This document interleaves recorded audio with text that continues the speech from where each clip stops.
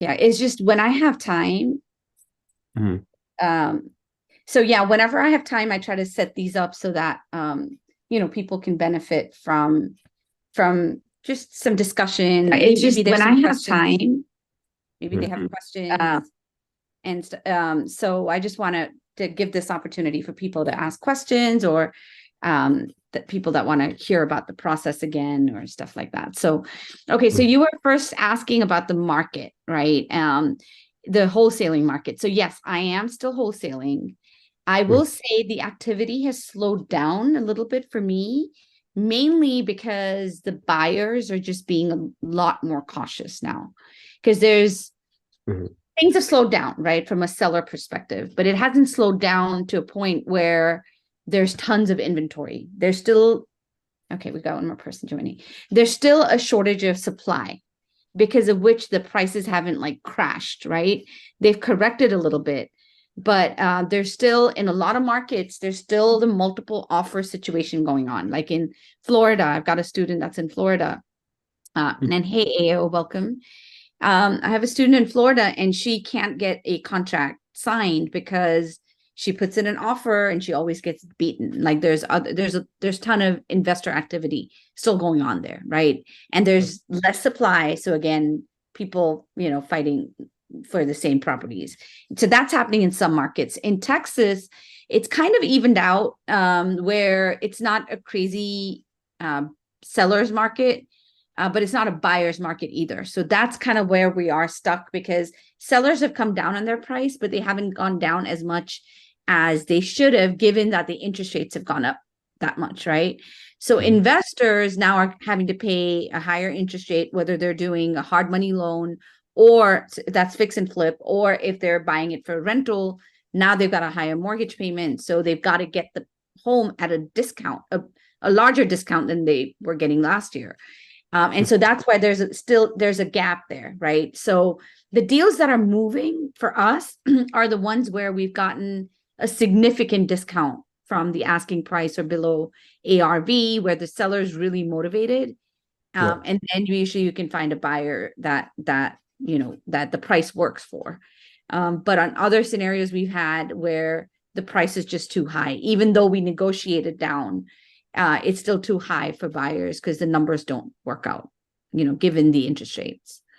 Okay. That makes sense. So yeah, so it has slowed down. But again, that's the beauty of wholesaling, right? It's in like right now the fix and flippers are getting screwed because Mhm. they though especially the ones that bought like earlier in the year or whatever, um they bought it with a certain ARV in mind. The ARVs come down, and their houses are sitting on the market, not selling because they're going to lose money given the new ARV, right? And then while they're doing that, they're bleeding because they're paying hard money lenders, their the monthly payments. So it's kind of been difficult for fix and flippers. I think that's why investors, fix and flippers, are just being a lot more careful. They're like, we got burned. This needs to be like, we need to have enough of a contingency, enough of a discount to take on a project because we don't want to get burned again. Right. Okay. So that's the thing with fix and flippers. And on the other side, the buy and hold investors, they're saying, hey, the numbers need to work out at an 8% interest rate, for a mortgage. So unless it's a true cash buyer, that's a buy and hold. That's one of the sweet spots. It's like if you can find buyers that are going to pay cash, so they don't care about interest rates, and they're just buying. They want to buy rentals for cash flow. So then the interest rate doesn't hurt them as much, and then they can still pay, kind of what the prices are right now. Okay. That makes sense. Yeah, yeah. So long way to answer your question, but yeah, circling back to that, that's why wholesaling is safe because no matter what the market's like, it's Mhm. always it's all about finding an opportunity. I heard one of my mentors say wholesaling is really about marketing. You're marketing to the seller or the agent if it's an on-market deal to find those deals, and then you're marketing to buyers to buy the deal. And so in any market, things will change, like it'll be a buyer's market or a seller's market or whatever. And so you need to tweak your strategy a little bit, but there's always deals if you know how to go get them. Oh, okay. That makes a lot of sense. I Okay. explained it pretty well. Yeah. Yeah, great. All right, Ayo, welcome. I know it's a small group today, but I still wanted to take the time to answer questions and maybe go through my privy process for those of you that are new. And the process hasn't changed a whole bunch from before, but always good to recap. And I think there's some tweaks that I've made along the way. Did you have any specific questions, Ayo? I hope I'm saying your name right.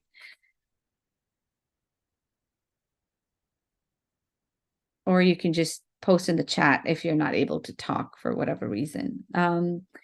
Okay, so Hey, Ruchika, yeah, sorry. hey there. Hi, how are you? Good, doing great. Yeah, so yeah, what I was just wanting to say is the MLS still like viable right now with all that's going on? I mean, I know there are like houses are sitting longer on the market, but the problem is it's been hard for me. I've gotten like 3 contracts, but it's been so hard to move. Even like at 55% of ARV, I mean, like the buyers are just stopped buying. I don't know.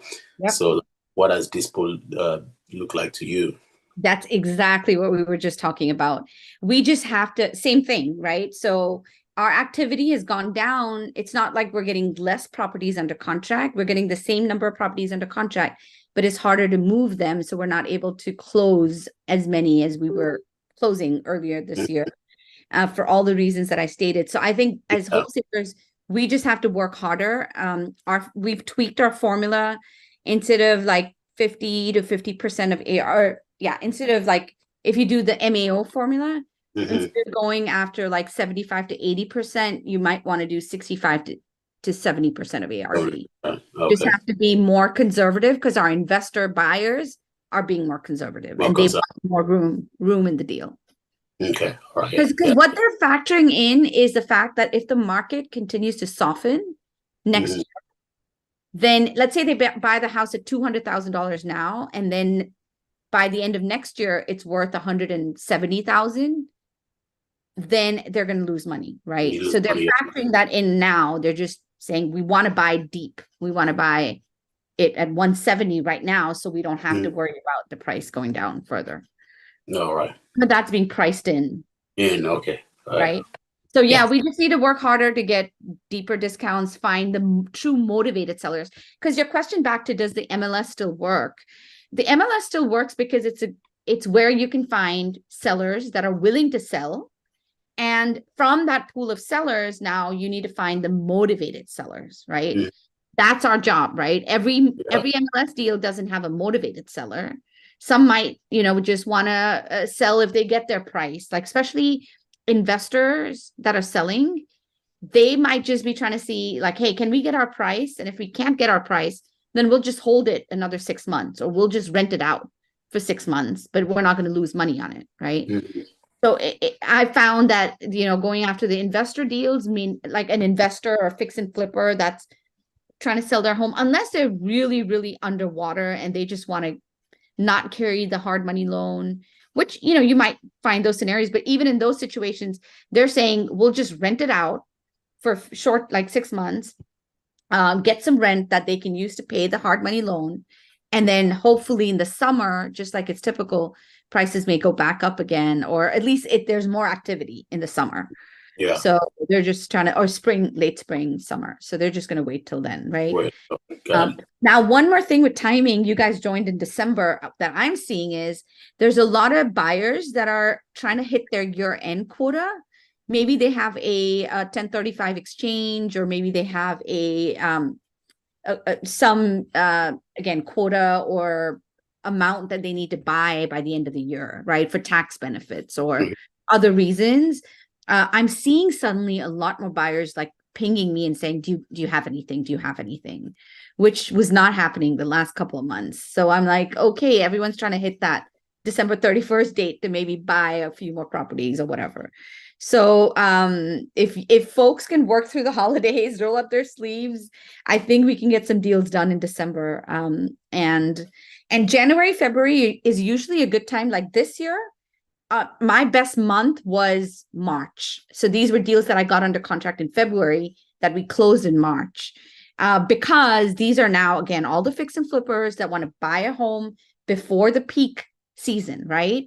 So if I buy as a flipper, if I buy a home in January and then I have 2 or 3 months to rehab, then I can put it on the market in March, April, May, right? Which is where they would probably get, the most activity. So that could be another thing to think about is, this is a good time, the next few months, to really get those investor buyers that are looking for deals. Cool. Does that answer your question, Naya?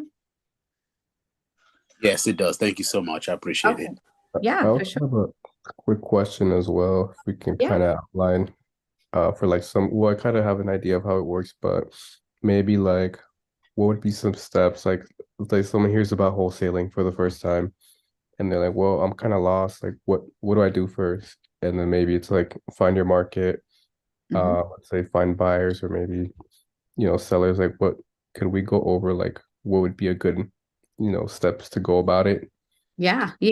Sure. So Aiden, you're new to wholesaling, is that right? Like this, Yeah. okay. So you just want to learn the ABCs, right? Of wholesaling. Like how does it even work? And I was there like a couple of years, 2 years ago. So I've been there. In fact, I let some deals go because I didn't know how to wholesale. Like I was looking at properties to buy for myself for rentals. I got them under contract, and then like something like there was a foundation issue, or when I ran my numbers, I was like, oh, it's something about the property. One of the houses didn't have any windows in the front of the house, and that I didn't notice that when I walked it because that was when things were crazy and you just had to make a decision because there were multiple offers. And so I just got my offer in, and when I got it under contract, I was like, oh, there's no windows and it's not the best layout. And so I just let the contract go, and in one case, I lost my EMD because I put in an offer with no option period or no inspection period because it was that competitive. And I just wish I knew how to wholesale at that point because I would have found another buyer to just come in and buy it. And not only would I have not lost my EMD, I would have made some money potentially because I could have, charged them more, right? Charge my assignment fee. Okay, so the way it works, so starting with step one. So, and I'll tell you two approaches, right? Some wholesalers look at it more from a start to finish approach, meaning start with finding the seller and finding the property, and then find the buyer for it. Others, and so I'm in that first box. The other option could be go find your buyers first. And I know many people that do this, and it's a good strategy as well. Go reach out to cash buyers. So be careful because there's a lot of other wholesalers that say they're buyers, but they're not really true buyers, right? So find your true cash buyers, find out what they're buying, or what we call the buy box, right? So they're buying in North Dallas or Fort Worth, and they buy 3 bedrooms, 2 baths, nothing built below 1985 or earlier than 1985, nothing more than 2,500 square feet. Whatever their buy box is, so that I'm telling you the second approach, right? Go find your buyers, find their buy boxes, build a relationship with them, and then go look for properties that match their buy box, right? Okay. That's the second approach. I don't do that, so I'm just going to briefly touch on that one. Again, that's all about, and right now, I think, Ayo, back to your point about not being able to move those deals, I think having those buyer relationships is really helping right now. Because in the past, buyers were just so excited about getting a deal that they were just buying anything, and it didn't matter whether you built that relationship or not. Right now, because buyers have more choice, if they trust you, if they've got a relationship with you, they're going to pay attention to your deals, and could be your end buyer. So that second strategy may not be a bad one to begin with. The only thing there is, again, if you've got 10 buyers and you're going to find deals for them, it's almost like an agent. Like you have to show them 10 different properties before they like one, right?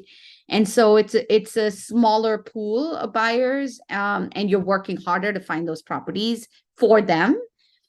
That's why I don't do it, but again, it has worked for others. So the way I do it is the conventional, the start to finish way, which is go out on Privy. Like I do the MLS deal, so we'll talk about that.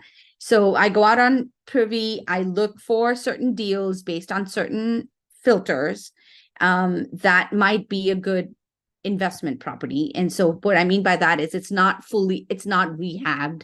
So it needs some work, right? It could be light or cosmetic, or it could be a big rehab project. So an investor, a property that would be suitable for an investor.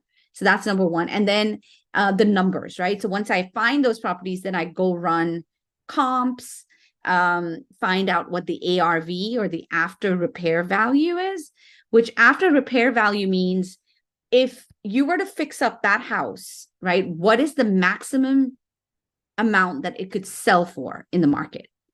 So let's say this house is listed for $150,000 and it needs a lot of work, right? When you run the comps, you see that there are properties that are fixed up, same size, same, it's a comparable property, same size, similar square footage, same beds and baths, right? That has sold for $250,000.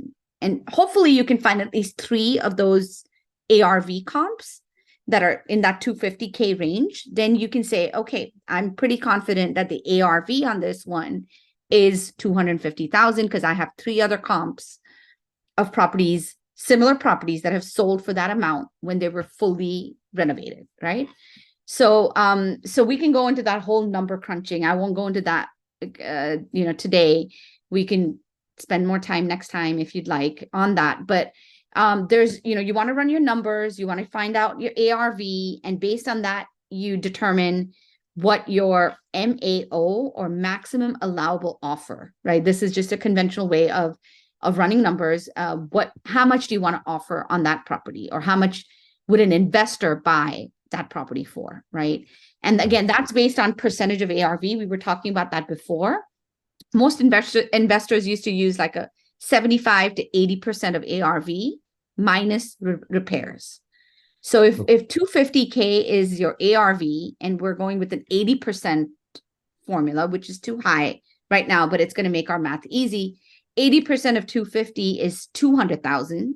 And then let's say the rehab costs are 50,000. So then now your MAO or the offer that you can make is for 150. Now, if we're wholesaling it, we also have to include our assignment fee. So if you want to make $10,000 on that deal, then you want the deal for $140,000. Okay, so that's step number 2, right? So step number 1 was set your filters, find your properties. Step number 2 is run your comps and figure out what you want to offer on that property, right? Based on the ARV and the MAO formula and building in your assignment fee, right? Right. That's step number 2, right? At that point, you should probably be calling the agent. So you should probably have a bunch of these properties because if you do them one at a time, it's really inefficient, right? So maybe you have 10 properties that you've comped, you've run the numbers, and you know what your offer price is going to be, right? Now, so in this example, our offer price would be 140. Maybe it's listed on the market for 175, right? So we've got to go in there and negotiate and get our price, right? So you'd call the agent. There's a whole, process. And again, we don't have time for that today on what you should say to an agent and how you should say it and what information you need from the agent. But just to condense that, you have a conversation with the agent, you find out why the seller is selling, you find out the condition of the property, you find out, how quickly the seller wants to sell, because that tells you motivation, right? So that's really the key, because there's thousands of properties on the MLS. The ones you really want to go after are the ones where the seller is motivated, because that's going to make it easier for you to get a deal. And later on, if we need to get a price reduction, they may be more incentivized because they want to sell quickly. So you have this conversation with the agent. What I do typically at that point is I throw out my number. So I'll say, based on the comps and our initial analysis, we're in the $140,000 range on this property. Do you think that's something your seller would be open to? Or sometimes I don't even say that. I just throw a number out and and I just wait to see what the agent says, right? So the agent might say, no, that's too low. The seller has already rejected offers, at that number. So what you're trying to get is just more information from the seller from the agent at that point. Maybe they'll say that the seller rejected an offer at 140, but they might be open to, your offer if you can go up a little bit, or you can go up to 150. The more information they can give you, the more you can then decide, more information you have then to decide where you want your offer to be. Right. So after that conversation, if it turns out that the agent says, yeah, the seller might accept that number, why don't you submit the offer? Right. Oh, the other thing I always do is, you've probably heard of this, is you want to see if the agent can represent both sides. And what that means is, in Texas, that's called an intermediary relationship, where they're already representing the seller. But if they can also write up the paperwork for you, they're not going to represent you. They can't give you any advice, but they can at least write up the paperwork for you. And then that way they get both sides of the commission, because they're getting their 3% or whatever's agreed upon from the seller. But if they are also representing you, they get both, like another 3%. So that, again, makes them more incentivized to make the deal happen. So the best scenario is where the agent says, yeah, I can represent you. So in that case, then after you go through your numbers with them and they're good with the number, then you send them an email saying, hey, we spoke about this property. I would like to submit an offer, and these are the terms of my offer, right? You want to include the offer price, your EMD, how much earnest money deposit you're going to put in, what your inspection period is going to be. And we try to get at least 10 days, because that's your time to find a buyer, basically. And we'll get to that shortly. So you put in, and what your closing date is, right? So those are some of the key things that we put in the offer. Also, who's going to pay for the title policy? Most investors, they pay all closing costs. So I'll just say that. So you can put that in your offer and say, buyer to pay all closing costs. So you submit the offer to the seller, right? Through the agent. So that's the first part of this whole process. Any questions there? Or maybe there's a lot of questions, but any high level questions that I can answer? I think that's a good general overview that Okay. like you can kind of work off. Like obviously that's it, like it's a little no, what's pretty good. Like I said, general overview, and then someone can kind of work based off that and tweak their own, Process. compensation and whatnot. That's kind of what I wanted to know, like a general overview of what Yeah. to do.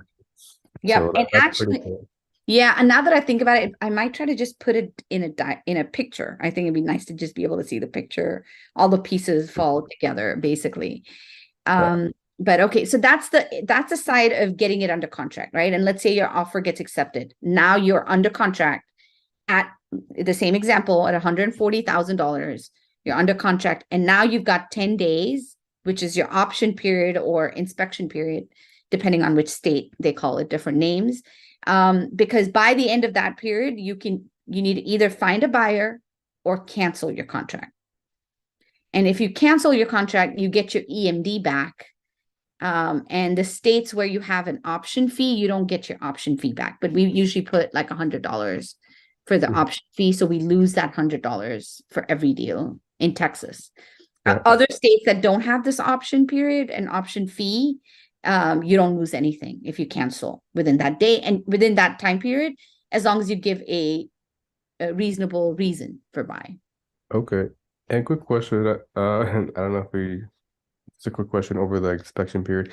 Is that 10 calendar days or 10 business days? I don't know how that works. Yeah, good point. So in the contract, in like at least the Texas contract, which is what I'm most familiar with, it's calendar days. So whatever number you put there, it's calendar days. So it counts weekends. But you can always say, overwrite that and specify that you want to do business days, right? So I don't want 10 calendar days. I want 10 business days. It's all negotiable. And as long as you write it in the contract, that's what it is.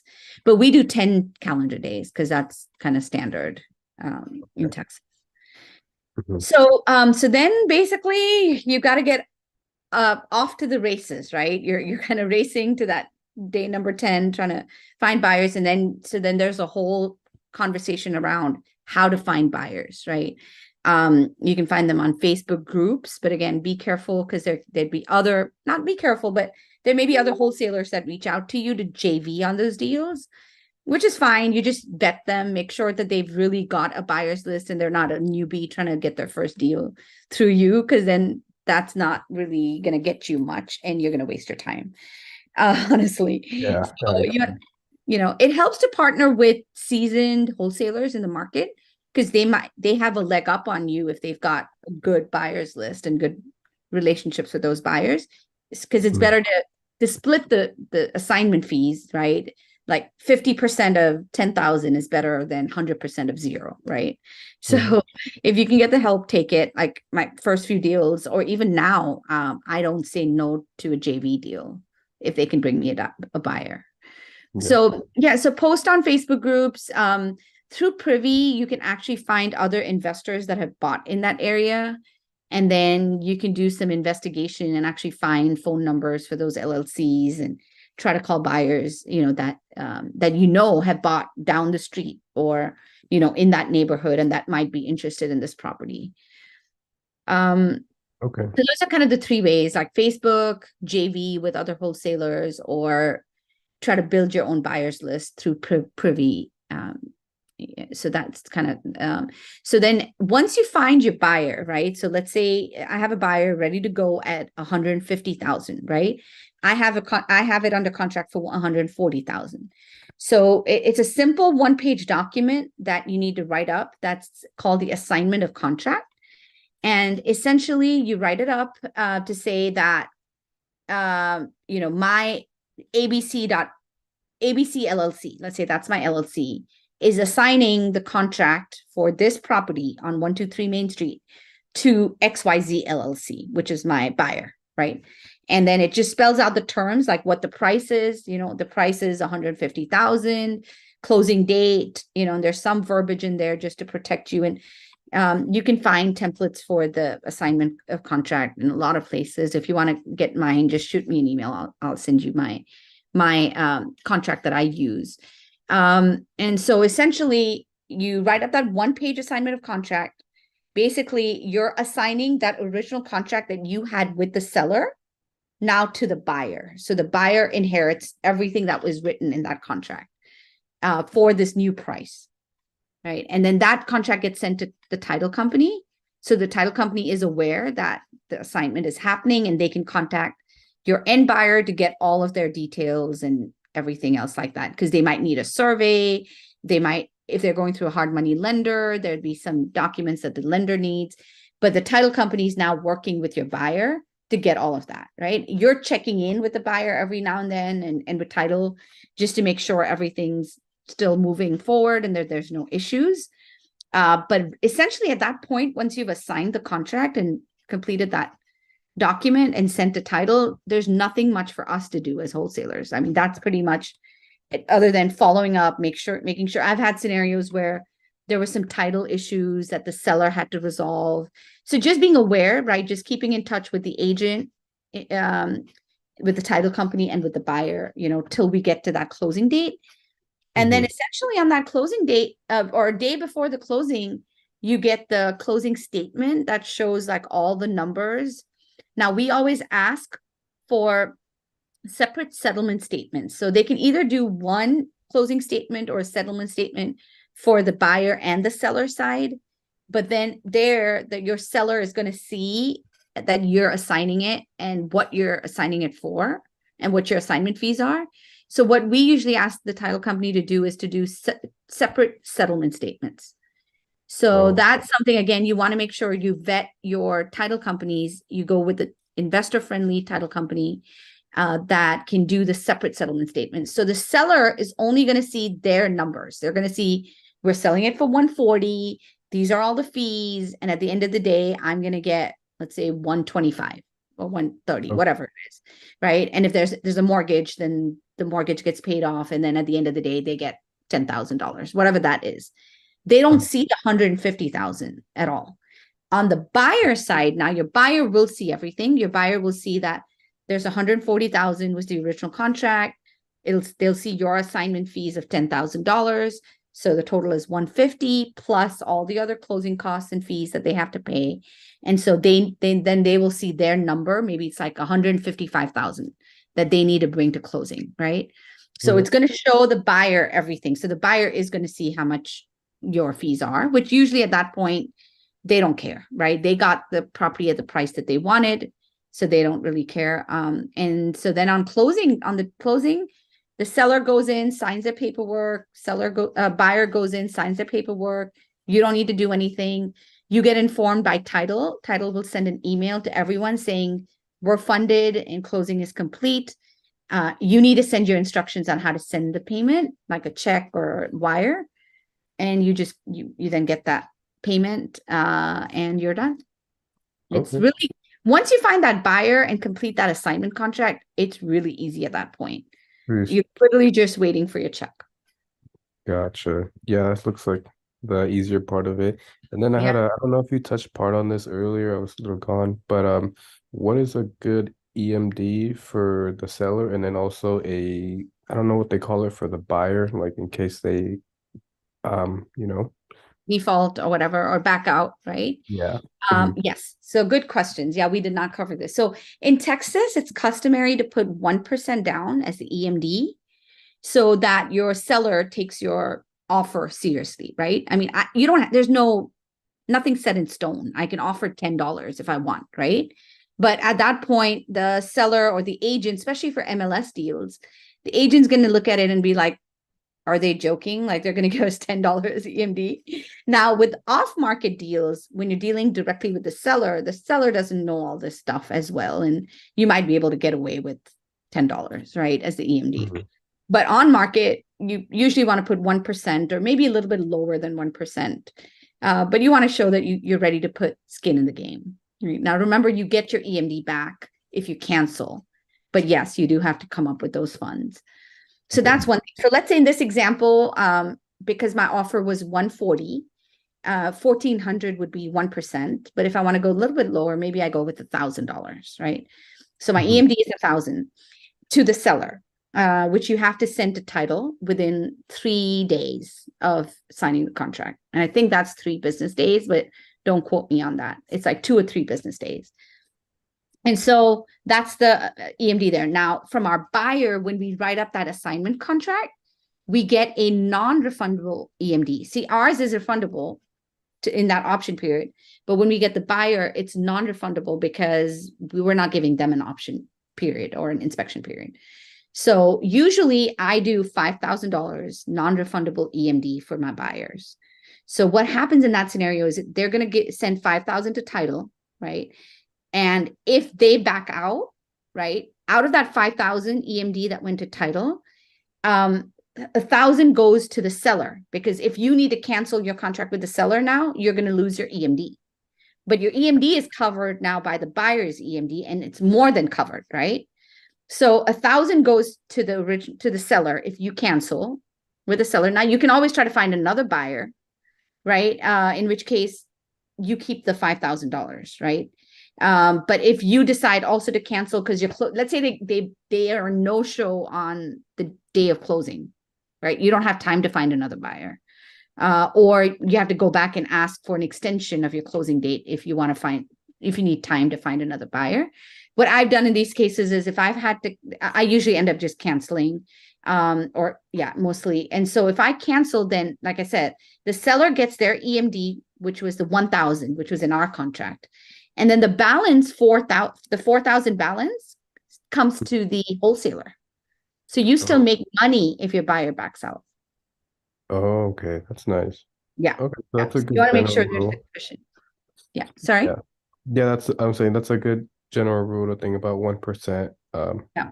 of the selling price and then around 5,000 for Yeah. buyer. Yeah. Yeah. Or Mhm. or you want to, again, if it's a $400,000 home and you're putting $4,000 down, then I would go higher on the EMD, right? So just make sure there's on the buyer side. So you just make sure that you have enough money there between what you're giving the seller and what the buyer's giving you, so you still make some money. Okay, Yeah. that makes sense. Well, that's it for like my questions. I don't know if Okay. Ayo has any, then yeah. Yeah. And I know we're a little bit over time, but I'm happy to take any questions that AO might have. And I will set these up more regularly. I think I'm back in, I have a little bit of time this month to do that. So look out for the next invite. Probably be, I try to do them every 2 weeks. So in 2 weeks, hopefully we can meet back again and see if you have any more Yeah, questions. that'll be great. Yeah, sounds good. Yeah, the more you hear this, the more you and the more you think about it and ask questions, the more, and of course, the best way to learn is to take action. So I encourage everyone, like that's listening to this, is like to just go take action, find a property, get it under contract. You literally have nothing to lose, because if you're in a state that doesn't have an option fee, you need to put that EMD down, but you're going to get it back if you cancel. So it's really, you're learning for free, and you're getting to do it real time. Because I'm one of those that learns by doing, because all the theory is good, but unless you get in there, you don't get to see the nuances, or you don't get to like actually do the work, right? When you do the work, it starts making a lot more sense. And another question, what's for someone getting started, what's a good amount of, let's say, like being consistent, what's a good amount of calls they can try to make, the aim Yeah. for a day, like that way? Yeah. What I say is at least try to get 5 offers a week, right? So 5 offers submitted, but in order to get those 5 offers submitted, you probably want to make 5 to 10 phone calls to an agent per day, because you're going to call an agent. Many of the properties may not work out, right? And so then the offers you end up sending, it's probably 1 in 5 agents that you talk to that you're going to actually send an offer on. So if you talk to 5 to 10 agents a day, you should be able to get 5 offers out every week. And then out of those 5 offers, 1 or 2 might get accepted. Okay. And it's just a matter of just being consistent. Exactly. And then you'll get there, Absolutely. Okay. Absolutely. I'll just mention, I don't know if any of you guys are interested, but I'll just mention that I do have a partnership program that I've created for students that need a little more hand-holding, that need, a little more, advice as they're going through this process. And so I have very limited number of students that I take, because I have a full-time W-2 and I do this on the side. And I also need time to do my own deals. But because students wanted the help, I created a simple program where we partner on the deals. We go 50-50. I help you through the process. I help you find buyers. And then, at the end of it, we partner on the deal. There's a little bit of an investment just so, students have skin in the game, and, I am taking my time out to teach and to do it. So, it's only for those, if that's something that's of value, feel free to reach out. But otherwise we'll keep doing these free Zooms, and I'm happy to take any questions here. Okay. Thank you for that. Yeah. Sounds great. Have a good weekend, guys. Thank you so much, Ruchika. Thanks for inviting me. Thank you. We'll see you in the next one.